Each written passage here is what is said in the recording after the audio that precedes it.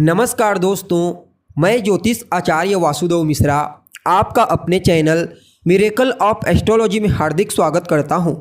दोस्तों, आज का यह ज्योतिष का कार्यक्रम आप लोगों के लिए यानी कि धनु राशि के जातकों के लिए बड़ा ही खास और विशेष कार्यक्रम साबित होने वाला है। आज हम बात करेंगे देवगुरु बृहस्पति के राशि परिवर्तन प्रभाव के बारे में। जी हाँ, देवताओं के गुरु बृहस्पति अपनी वर्तमान मित्र राशि अग्नि तत्वीय राशि मेष राशि को छोड़कर बीते 1 मई 2024 की दोपहर 1:47 पर अपने शत्रु की साधारण भूमि तत्वीय राशि वृषभ राशि में प्रवेश कर चुके हैं, जहां कि वो आने वाले 14 मई 2025 तक गोचर करेंगे। फिर उसके पश्चात पुनः राशि परिवर्तन करके मिथुन राशि में प्रवेश कर जाएंगे। जी हाँ, अब देखिए, जब तक वृषभ राशि में देवगुरु बृहस्पति होंगे आने वाले 14 मई तक 2025 के, तो इसी बीच 2 बार अपनी चाल में भी परिवर्तन करेंगे। पहले तो 9 अक्टूबर को अपनी चाल में परिवर्तन करके इसी वृषभ राशि में मार्गी से वक्री हो जाएंगे। इसके पश्चात फिर से एक बार आने वाले साल 2025 के दूसरे महीने की 4 तारीख को यानी कि 4 फरवरी को एक बार पुनः अपनी चाल में परिवर्तन करके वक्री से मार्गी हो जाएंगे। जी हाँ, तो ऐसे में बड़े विस्तार के साथ जानेंगे कि किस प्रकार से देवगुरु बृहस्पति अपनी शत्रु की राशि में गोचर करते हुए आपको परिणाम प्रदान करने वाले हैं। जी हाँ, बृहस्पति के इस राशि परिवर्तन को आपके जीवन के लिए कितना बड़ा परिवर्तन करने वाला कहा जा सकता है। जीवन के किन किन क्षेत्रों में इस गोचर काल के दरमियान आपको सफलता की प्राप्ति होने वाली है, तो वहीं कौन कौन सी सावधानी आपको रखने की ज़रूरत पड़ेगी। साथ ही साथ गुरुदेव के इस गोचर प्रभाव को और ज़्यादा अनुकूल बनाने के लिए क्या उपाय आप कर सकते हैं, सभी बातें आपको एक एक करके बताने वाले हैं। इसलिए कार्यक्रम को बिना मिस किए अंत तक देखिए। और अगर आप अपनी जन्म कुंडली पर हमसे परामर्श लेना चाहते हैं, अपनी जन्म कुंडली का विस्तार पूर्वक अध्ययन करवाना चाहते हैं, तो उस केस में हमारा कॉन्टैक्ट नंबर आपको वीडियो के अंदर और डिस्क्रिप्शन बॉक्स में मिल जाएगा, जहां से आप या तो डायरेक्ट फ़ोन कॉल के थ्रू या फिर अपॉइंटमेंट लेकर अपनी जन्म कुंडली का विस्तार पूर्वक विश्लेषण करवा सकते हैं। जी हाँ, तो दोस्तों, कौन है देवगुरु बृहस्पति? तो शिक्षा, मान सम्मान, धन, विवाह, संतान, ज्ञान और ऊंचाई के कारक हैं देवगुरु बृहस्पति। अपने इन्हीं कारकत्वों के चलते हमारे जीवन के विभिन्न पहलुओं को समय समय पर प्रभावित करते रहते हैं। जब जन्म कुंडली में देवगुरु बृहस्पति मजबूत होते हैं तो फिर कहना ही क्या। जी हाँ, जिस जातक की कुंडली में गुरु बलवान होते हैं, ऐसा जातक बड़ा ही समझदार, ज्ञानवान, बुद्धिमान और विवेकवान होता है। वह जातक अपने जीवन काल में अपनी बौद्धिक क्षमता, अपने परिश्रम और अपने इंटेलिजेंसी के साथ साथ अपने सात्विक राह के चलते वह सब कुछ प्राप्त कर लेता है जो वह चाहता है। एक देवगुरु बृहस्पति ही एक ऐसे अकेले ग्रह हैं जो पूरी कुंडली को मजबूती प्रदान कर देते हैं जब वह बलवान होते हैं। तो इसलिए गुरु का बलवान होना बेहद आवश्यक माना जाता है, चाहे फिर जन्म कुंडली में हो या गोचर कुंडली में। अब देखिए, यह जो वृषभ राशि है यह देवगुरु बृहस्पति की शत्रु राशि है, लेकिन अगर आप नक्षत्र के आधार पर समझने का प्रयास करेंगे तो आपको पता चलेगा इनमें जो 3 नक्षत्र आते हैं वृषभ राशि में, कौन कौन सी? तो कृत्तिका, रोहिणी और मृगशिरा। ये तीनों के तीनों नक्षत्र देवगुरु बृहस्पति के मित्र नक्षत्र की कैटेगरी में आते हैं। जी हाँ, क्यों? क्योंकि कृत्तिका नक्षत्र सूर्य का नक्षत्र है, रोहिणी चंद्रमा का और मृगशिरा मंगल का नक्षत्र है। और ये तीनों के तीनों ग्रह देवगुरु बृहस्पति के परम मित्र ग्रह हैं। अतः भले ही बाहरी दृष्टिकोण से आपको शत्रु राशि में गुरु दिखाई देंगे, लेकिन आंतरिक रूप से उन्हें नक्षत्र का बल प्राप्त होगा। अतः गुरु का यह गोचर आने वाले 2025 के 14 मई तक आपके जीवन काल में एक नहीं बल्कि अनेक चमत्कार उत्पन्न करने वाली है। आपके जीवन काल में यह समय आपके लिए किसी वरदान से कम साबित नहीं होगा।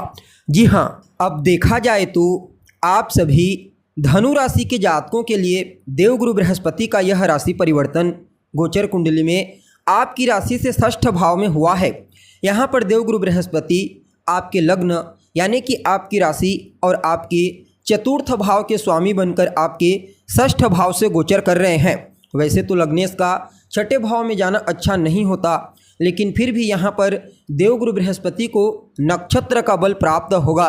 फलतः आपके जीवन में कुछ मामलों में बड़ा ही श्रेष्ठ और उत्तम परिणाम प्रदान करने का प्रयास करेंगे।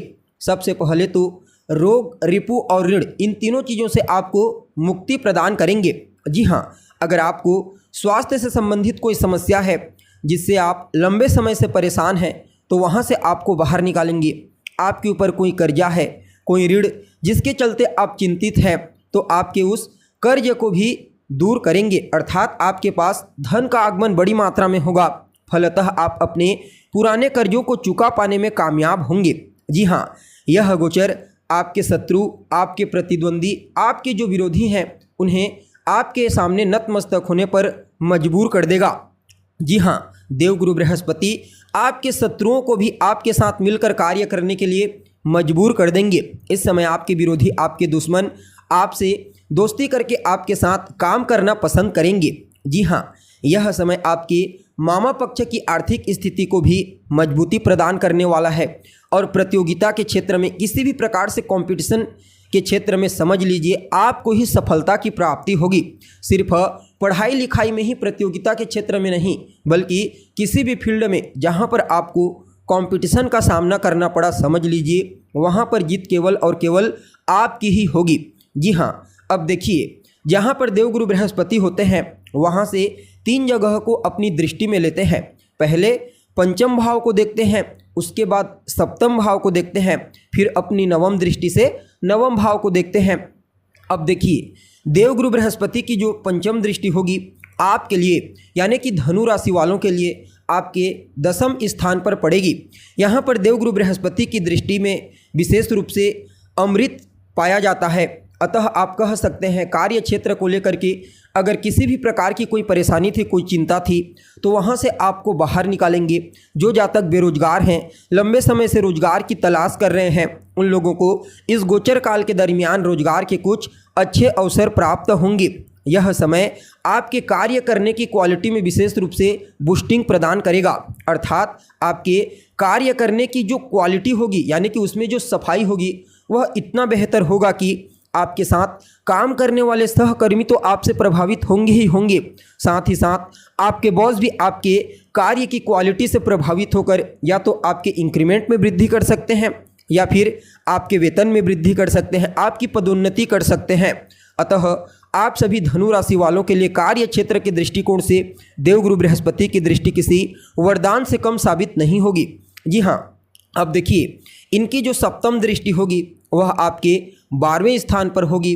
अतः जो जातक विदेश जाने के लिए प्रयत्नशील हैं, चाहे पढ़ाई लिखाई करने के लिए जाना चाहते हैं, किसी भी प्रकार से बिजनेस व्यापार करने के लिए जाना चाहते हैं, या फिर किसी और अन्य मुद्दे को लेकर उन्हें विदेश जाने का अवसर इस गोचर काल के दरमियान प्राप्त होगा। कोर्ट कचहरी के चक्करों से आपको बाहर निकालेंगे। यूँ समझ लीजिए तमाम प्रकार की समस्याओं, मुसीबतों और परेशानियों से यह गोचर मुक्ति प्रदायक साबित होगा। जी हाँ, हालांकि आपके व्यय में भी वृद्धि करेंगे, लेकिन आपका जो खर्चा होगा वह अच्छे कार्यों में ही होगा। बेमतलब का, फिजूल का खर्चा आपका होने वाला नहीं है। अब इनकी जो नवम दृष्टि होगी वह आपके 2 स्थान पर होगी। जी हाँ, जिसके चलते धन को लेकर के अगर कहीं कोई चिंता आपके मन में थी, उस चिंता से आपको बाहर निकालेंगे। धन को लेकर सभी प्रकार की चिंताओं से आपको मुक्ति मिलेगी, चाहे धन आगमन को लेकर के हो या फिर धन संचयन को लेकर के। कुटुंब परिवार के मध्य आपसी तालमेल बेहतर होंगे, एक दूसरे के प्रति सहयोग की भावना देखने को मिलेगी। पैतृक संपत्ति को लेकर अगर कहीं कोई विवाद था तो वहाँ से आपको बाहर निकालेंगे। और विद्यार्थियों को तो खास करके देखा जाए तो प्राथमिक शिक्षा के विद्यार्थियों को इस समय देवगुरु बृहस्पति की विशेष कृपा प्राप्त होने वाली है और ससुराल पक्ष से भी आपको आर्थिक लाभ मिलने की प्रबल संभावना नजर आ रही है। आपके भौतिक सुख सुविधाओं में काफ़ी हद तक वृद्धि करेंगे, आपके व्यक्तित्व को प्रभावशाली बनाएंगे। समाज में मान सम्मान, पद प्रतिष्ठा और प्रसिद्धि में आपको वृद्धि होता हुआ नजर आएगा। यानी कि कुल मिलाकर के देखा जाए तो आप सभी धनु राशि के जातकों के लिए देवगुरु बृहस्पति का यह परिवर्तन किसी वरदान से कम साबित नहीं होगा।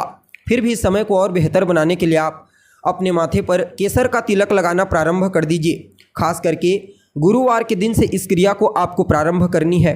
अगर आप रोजाना लगा सकते हैं तो बहुत अच्छी बात है, कम से कम 3-4 महीने तक लगाइए, या फिर आप गुरुवार के गुरुवार लगाइए। इसके अलावा गाय की सेवा कीजिए, खास करके बुधवार, गुरुवार और शुक्रवार, इन 3 दिनों में गाय की सेवा आपको करनी है।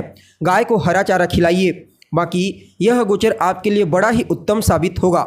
जी हाँ, तो दोस्तों हमें उम्मीद है जानकारी आपको पसंद आई होगी। जानकारी अच्छी लगे तो इसे अपने दोस्तों के साथ, अपने रिश्तेदारों के साथ शेयर अवश्य करें। अभी के लिए बस इतना ही। पुनः मुलाकात होगी एक नए और ताज़ा एपिसोड में। तब तक के लिए नमस्कार।